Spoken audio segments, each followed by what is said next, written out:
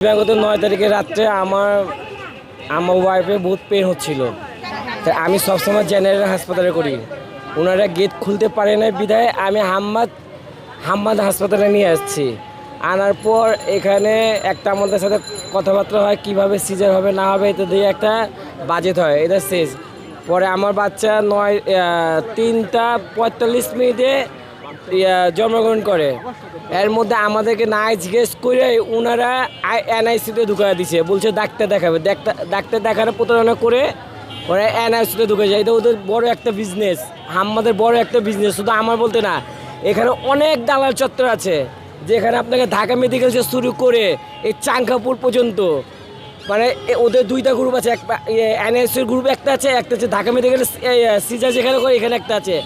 এটার সাথে ডাক্তার জড়িত আছে, ডাক্তার অধ্যাপক সাইফুল্লাহ জড়িত আছে এদের সাথে।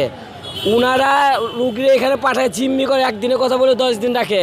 মানুষের ঘর বাড়ি বিক্রি করে এখানে নিয়ে আসে। আমার বাচ্চা অবহেলিত কারণে মৃত্যুবরণ করছে ওদের গাফলাতি। ওরা আমাদেরকে টাকা দিয়ে মাইনাস করতে যাচ্ছে, কিন্তু আমরা মাইনাস হবো না।